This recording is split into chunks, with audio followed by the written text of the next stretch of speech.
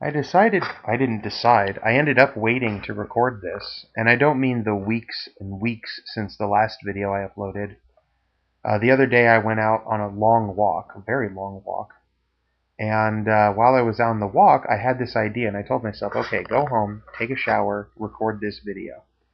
And then everything got in the way of that. And so now it's a day, maybe 2 days later, and I'm finally recording kind of late at night. My mom has to work tomorrow morning, and she went to bed. It's only 11 o'clock, but I have to be quiet enough that she doesn't wake up.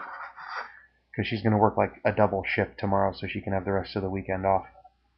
That's way too much information. You don't need to know all that. Anyway, my idea was spurred by the thought of goblins, but I decided to kind of step back from that particular idea and make it a wider concept video.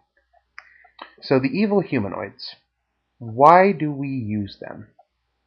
I suppose I'll say we use them because they're so easy to relate to. And I don't mean that the evil part, but the humanoid part. As a player and as a DM, you have an obvious understanding of how these creatures move and how they're going to function in the game. And even to a certain extent, you know, their outlook and their culture, because pretty much they're based on uh, extremes of humans. And it comes up, so for the DM, like in a combat situation, understanding, you know, it's a humanoid creature, so you understand how they're going to move and what kind of feats they're capable of, and the kinds of tactics they're going to utilize because they're humanoid. It's much more difficult to figure out what are the tactics of a Hydra compared to what are the tactics of an orc.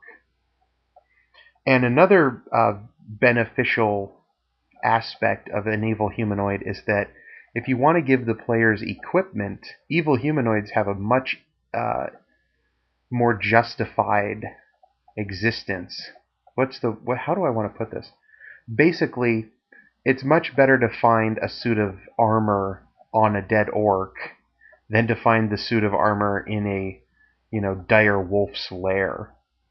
It just makes more sense for them to have it. Plus, they can utilize it and show off, you know, for more unique magic items. They can utilize the powers and sort of demonstrate to the players this is what this can do. And then, of course, there's the whole talking back and forth thing and not being completely aliens like an illithid would be.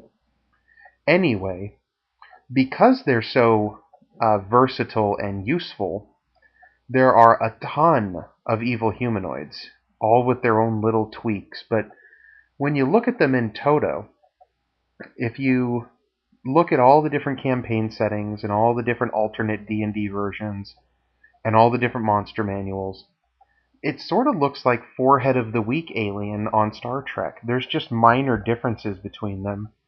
Not really anything substantial. To the point where what is essentially the difference between a kobold and a goblin, or what is the difference between a hobgoblin and an orc, or a bugbear and an ogre? They're not really massive differences between the two creatures. And it comes to pass, I mean, this is statistically, but also when you look sort of at the culture of them, they're not wildly different. And you have to ask yourself when you're thinking, and here we tie into the whole world building bit, do you really need all the different types of humanoids? And just sticking to basic D&D, you do have that overlap between, for example, a hobgoblin and an orc and a gnoll. And, you know, there's others. There's the Dwergar, there's the Drow. There's a number of, you know, just evil, medium-sized humanoid. But we're going to leave out the ones with special abilities, like the Dwergar and the Drow, who have magical powers and actually a pretty well fleshed out racial identity. But you can even just go back to, like, what's the difference between... Oh, well, let's start it off. I know I'm going back and forth on myself, but there's a lot to talk about here if I wanted to. So, essentially, what's the difference between a goblin and a kobold? They're both small. They're both weak. I think one might be, like a kobold might be 1/4 hit die, and a goblin is 1/2. But really, that's like 1 or 2 hit points. That's barely, a difference on the die for that. They both have crappy attacks, so, and they both attack in numbers. The way that you would use them, they're identical. The manner in which they fight is essentially identical. And so you have to think, do I really need to have both types of humanoids, kobolds and goblins, in my world? Other than having, I'm not even going to say other than. Do I need them? Now, you can give a mechanical difference to them, or you can institute a flavor difference such that, and the flavor difference builds a richer world. But it's nice to tie mechanics to things, because D&D is at every level partly mechanics and partly flavor. I have a friend named Doc, and one of the things he says is, if there's a rule for it, it must be important. And sort of the vice versa of that is, in general, when you play these role-playing games, if there's not a rule for it, then it tends to be ignored in the game. Because if there's not a rule for it, then the game system doesn't really, place an importance on that. And that's why having a purely flavor difference between the humanoid races might not quite cut it. Now, I'm not saying that you have to give the various humanoids special powers or anything. Let's give another example. There's giants.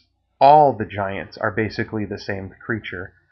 In D&D, you have, for example, the hill giant, the stone giant, the frost giant, and the fire giant, and then there's a cloud giant and a storm giant. Each of those pairs is essentially the same creature.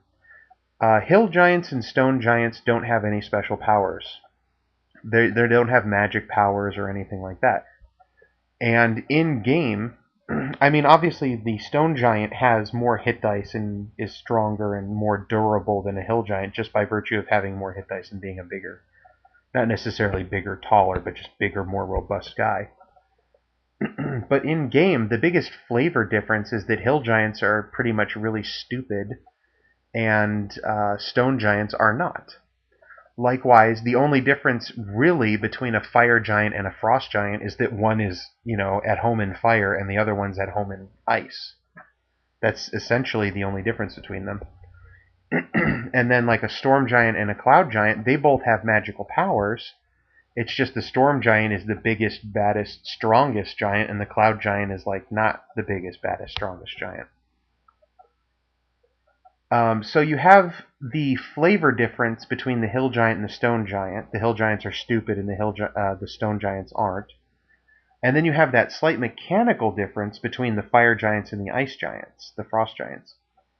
And that is one instance of having a mechanical difference between them. I'm really rambling, but that's okay. We're gonna plow through this. Going back to the kobolds and goblins, which is actually what I was planning to make the main point on. You could give a mechanical difference by making... My brother, I was talking to him about this same thing on the phone yesterday. If you gave all the goblins breath weapons, that would certainly make them incredibly different from kobolds, because kobolds don't tend to have breath weapons. It would also work kind of pretty well the other way. Kobolds are draconic, they're reptilian. Goblins are not, they're goblins. That's what we see on the picture here.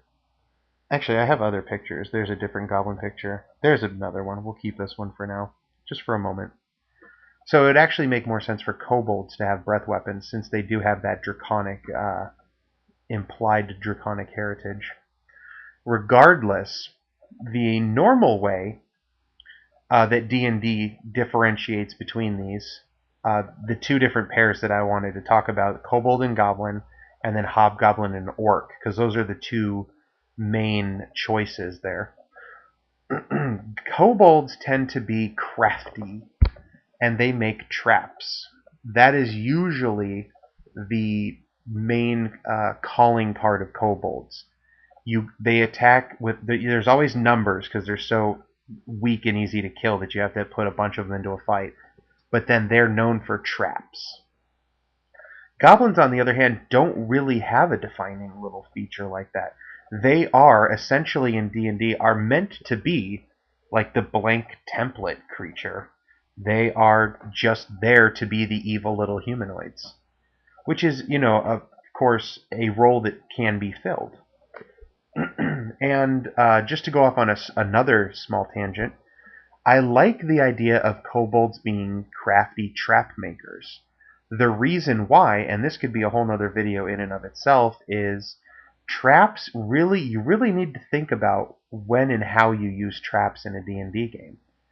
But if you instill in the players the thought that kobolds means traps, you then have an easy way to kind of make this on-off switch about traps. If you have any sort of clue that kobolds are around, your players go, kobolds mean traps, so I should look for traps. And if you don't have any kobolds around, then players can, just not search for traps every 5 seconds because they're paranoid about them, which really bogs down the game. So for Trokair, I definitely see a value in having kobolds and goblins. Goblins just being generic little bad guys, and kobolds being my trap on-off switch in certain circumstances. That's not the only time that traps, I don't have to shoehorn kobolds in every time I want to use a trap. But it does give me an option. But now the big one, the one that I always have trouble with is hobgoblins versus orcs. They're both medium sized. They both have almost the exact same. I mean, they both have a normal hit die, so there's not even a hit point difference, really. And the biggest difference between them that D&D has placed there is that let's get to a picture with hobgoblins in it. Alright, so this is a normal goblin here on the left. This is a hobgoblin in the armor. This is a bugbear, just to introduce you to the normal goblins. And then this over here, this rhino horn guy, is called a decanter goblin. They are not normal and everybody ignores them. So the hobgoblins, their big thing is that they are militaristic, disciplined, highly trained fighters. So they basically come together and they have their well-disciplined soldiers, and they've got, you can have a hobgoblin army in shining armor, everybody standing at attention, marching in step, bearing down on you. Orcs, on the other hand, are big, strong, dumb, bestial savages. And they travel around in tribes, and they all fight with axes and go berserk and start hacking things to bits. And so the big difference there is that one is like the Nazis and the other one is like the, Viking raiders or a biker gang or something. One is disciplined and ordered, and the other one is savage and berserk. So that's the main difference. But it's like, do you really need, since they both have essentially the same stat block, there's not really a big difference between them. Do you really need both of them? Does it really serve a purpose to have both of them? Now, if you have a place in your campaign for both of them, and you wanted to play up the fact that they were different, and even have, for example, a lot of campaign settings move hobgoblins into the more neutral territory. I remember, I think it was Kingdoms of Kalimar, hobgoblins were a player character race. Players could be hobgoblins. And the thinking behind that was that hobgoblins were disciplined and they were militaristic and they followed orders, and so you could actually tolerate them in a normal society. Even though they had inborn evil tendencies, their respect for law and order and hierarchy allowed them to be productive citizens, and so they were a viable PC race. Orcs, on the other hand, often are included as a PC race due to half-orcs, which have been around since the very beginning of D&D. And so a lot of people would be more loath to get rid of orcs than hobgoblins because the orcs are right there in the PHB. You may play a half-orc.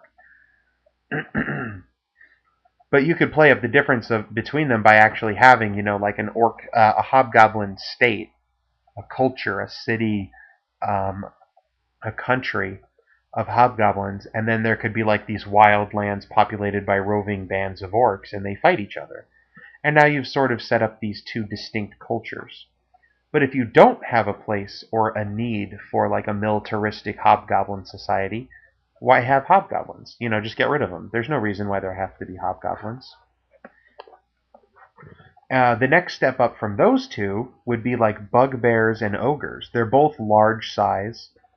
Ogres, I believe, are actually stronger and they have reach, whereas bugbears are not. They're actually pretty sneaky. They're these big goblins. They're large-sized goblins, but they're sneaky. Ooh, I happened to zoom just perfectly. That fits in the screen. And so there's, again, a bugbear and an ogre are basically just bigger, stronger versions of an orc or a hobgoblin. And again, do you really need both of them? You can make flavor differences between them, but you want to ask yourself, does my campaign world justify having two sets of humanoids? Do I really need both of them? Or would I get by just fine by saying that they're the same race, but maybe offshoots of each other? Just like how not every human culture is the same. You have this, different orc cultures, and one is more militaristic and ordered, and the other one is more bestial and savage. That would work just fine instead of having distinct hobgoblin and orc. It also helps tie together when you have like rangers who have a particular favored enemy. You can, consolidate their choices a bit. I have rambled quite some time. I guess now at the end of the video, I will talk about what I was actually thinking of.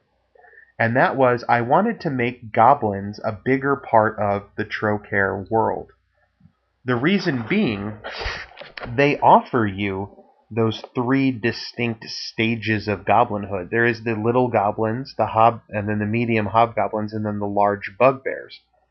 And so there's a range of, they can offer a range of enemies and a range of tactics.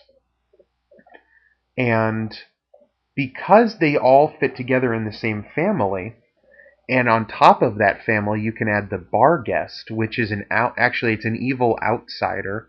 An outsider meaning like an extra planar creature, like a demon or a devil kind of thing. Barghests are these weird outsiders that they can transform between a goblin form and a wolf form, and in between there's like a goblin werewolf form. And for whatever reason, Barghests look like goblins, except they have magical powers and they're outsiders. So when you do that, and you look at Trokair's history, where basically the continent was overrun by demons, you can see where, these Barghests came into the world, and then from the Barghests you have these lines of goblins that have, now populated different areas of the continent. And what I was thinking was that the Empire's side, where the PCs, their old country who had come over to colonize, maybe they've never seen goblins before. The Empire would, of course, know about orcs, so that you could have the orc player, the half-orc player characters, and that would explain why they exist. But then they come to this new continent, and here they find goblins, and they've never seen goblins before. They're completely unfamiliar with them.